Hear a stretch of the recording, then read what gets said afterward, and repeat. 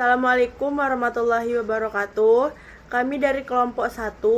Di sini kami akan mempresentasikan hasil diskusi kami tentang infrastruktur teknologi informasi. Sebelum kami mempresentasikan, izinkan kami memperkenalkan diri terlebih dahulu. Perkenalkan, nama saya Dinda Putri Mediansyah dengan NIM 19059012 dan teman saya. Assalamualaikum warahmatullahi wabarakatuh. Saya Desi Nofrida dengan NIM 19059010. Assalamualaikum warahmatullahi wabarakatuh. Perkenalkan, nama saya Cica Lisa dengan NIM 19059008. Infrastruktur teknologi informasi merupakan prasarana penunjang utama sumber daya teknologi dalam rangka terselenggaranya proses penyebaran informasi.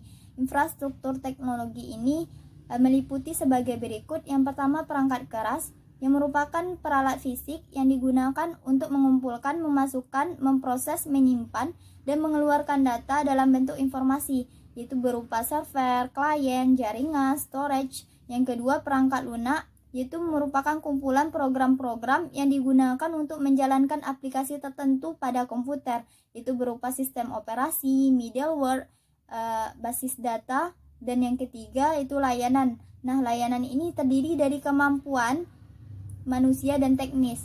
Selanjutnya, layanan-layanan infrastruktur teknologi informasi itu meliputi yang pertama layanan platform komputasi, di mana digunakan untuk menyediakan layanan yang menghubungkan dengan karyawan, pelanggan, dan pemasok dalam lingkungan digital yang konsisten, meliputi server, komputer, laptop, dan smartphone, serta internet. Yang kedua, layanan telekomunikasi yang menyediakan data, suara, dan konektivitas video kepada karyawan, pelanggan, dan pemasok. Yang ketiga, layanan pengelolaan data yang menyimpan data dan mengelola data organisasi, serta menyediakan kemampuan untuk menganalisis data. Sedangkan yang keempat, layanan perangkat lunak aplikasi, itu menyediakan kemampuan di seluruh kegiatan bisnis organisasi seperti sistem perencanaan sumber daya perusahaan. Yang kelima, layanan manajemen fasilitas fisik, di mana di sini mengembangkan dan mengelola instalasi fisik yang dibutuhkan untuk layanan komputasi, telekomunikasi, dan manajemen data. Yang keenam, layanan manajemen teknologi informasi, di mana merencanakan dan mengembangkan infrastruktur, mengkoordinasi layanan dan unit bisnis, mengelola akuntansi untuk pengeluaran teknologi informasi, dan menyediakan layanan manajemen proyek. Yang ketujuh, layanan standar teknologi informasi, itu memberikan kebijakan menentukan teknologi informasi mana yang akan digunakan dan bagaimana cara penggunaannya kepada perusahaan dan unit-unit bisnis. Yang kedelapan, layanan pendidikan teknologi informasi yang menyediakan sistem pelatihan bagi karyawan dan menawarkan pelatihan juga bagi manajer dalam merencanakan serta mengelola investasi teknologi informasi. Yang kesembilan, layanan penelitian dan pengembangan teknologi informasi menyediakan penelitian mengenai proyek-proyek investasi teknologi informasi yang berpotensi dapat membantu perusahaan mendiferensiasi diri di pasar. Selanjutnya, evolusi infrastruktur teknologi informasi, yaitu terbagi atas 5 era. Yang pertama pada tahun 1930 sampai 1950 yang merupakan evolusi mesin akuntansi elektronik. Yang kedua pada tahun 1959 sampai sekarang merupakan era mainframe dan komputasi mini. Yang ketiga pada tahun 1981 sampai sekarang merupakan era personal komputer. Yang keempat, pada tahun 1983 sampai sekarang merupakan era klien dan server. Sedangkan yang kelima, pada tahun 1992 sampai sekarang merupakan era komputasi internet. Penggerak teknologi evolusi infrastruktur teknologi informasi antara lain sebagai berikut.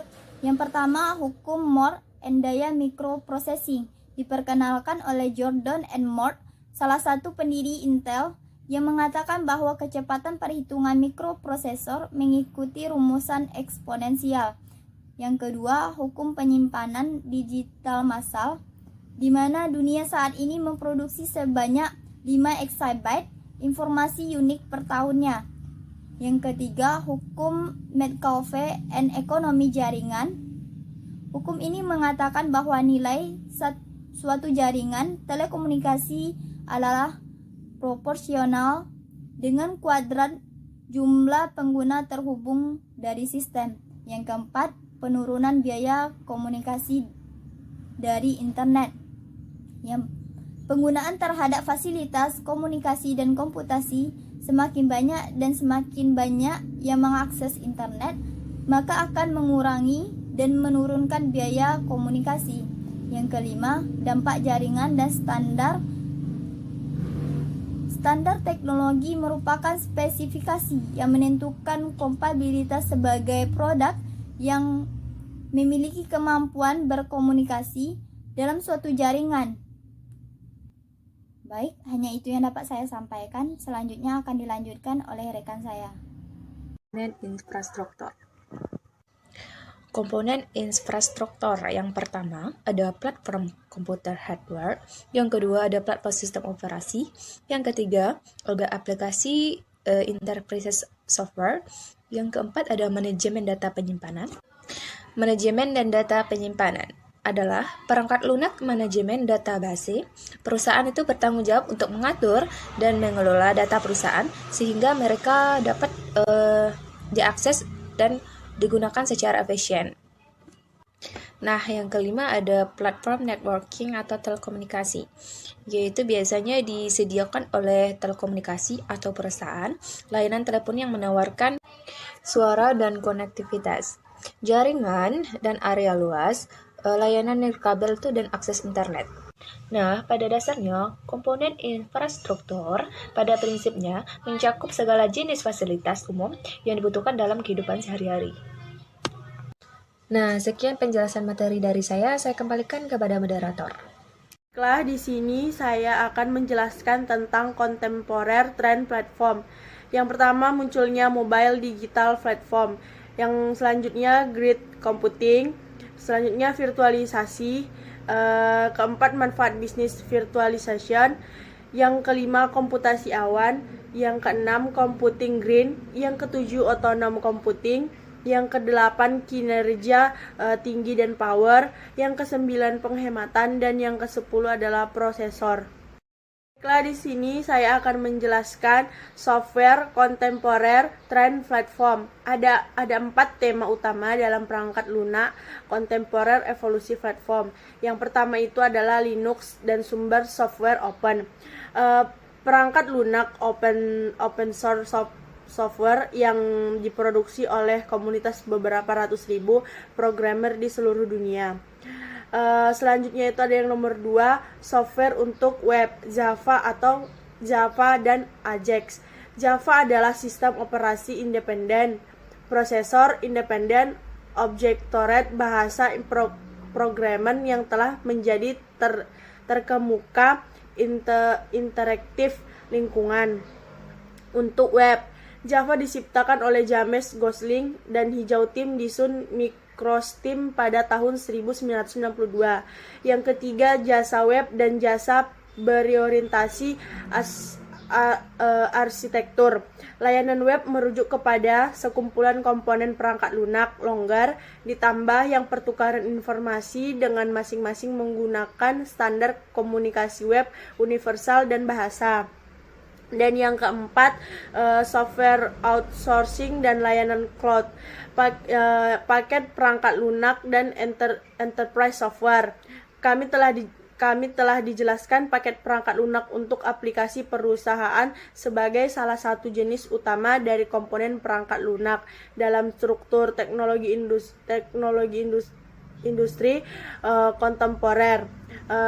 Software outsourcing memungkinkan perusahaan untuk kontrak perkembangan perangkat lunak, kostum atau pemeliharaan program warisan yang ada untuk perusahaan luar yang sering beroperasi lepas pantai di daerah-daerah rendah dunia cloud berbasis layanan software dan peralatan di masa lalu.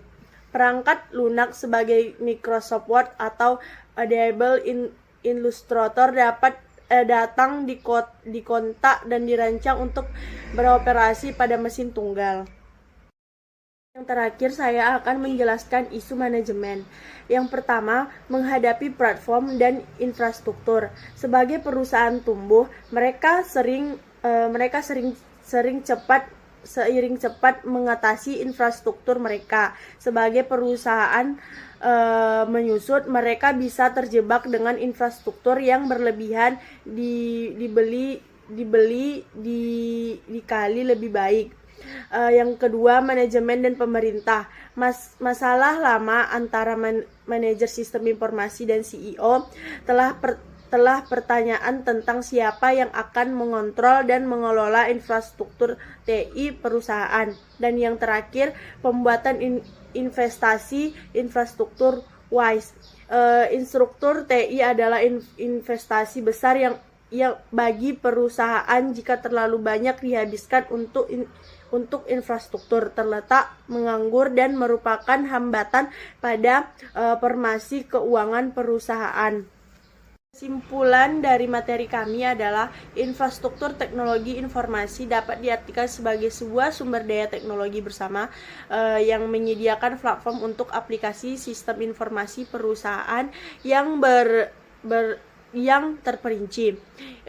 Infrastruktur teknologi informasi menghasilkan 7 komponen utama: platform perangkat keras komputer, platform perangkat lunak komputer, manajemen dan penyimpanan data, platform jaringan atau telekomunikasi, platform internet, layanan dan konsultasi integrasi adalah sebagai media untuk mengawasi kinerja organisasi, sebagai media untuk meningkatkan kualitas informasi, sebagai media untuk menganalisa daya asing organisasi, penghematan biaya, waktu, dan peningkatan produksi. Presentase dari kelompok kami, kurang dan lebihnya kami mohon maaf. Assalamualaikum warahmatullahi wabarakatuh.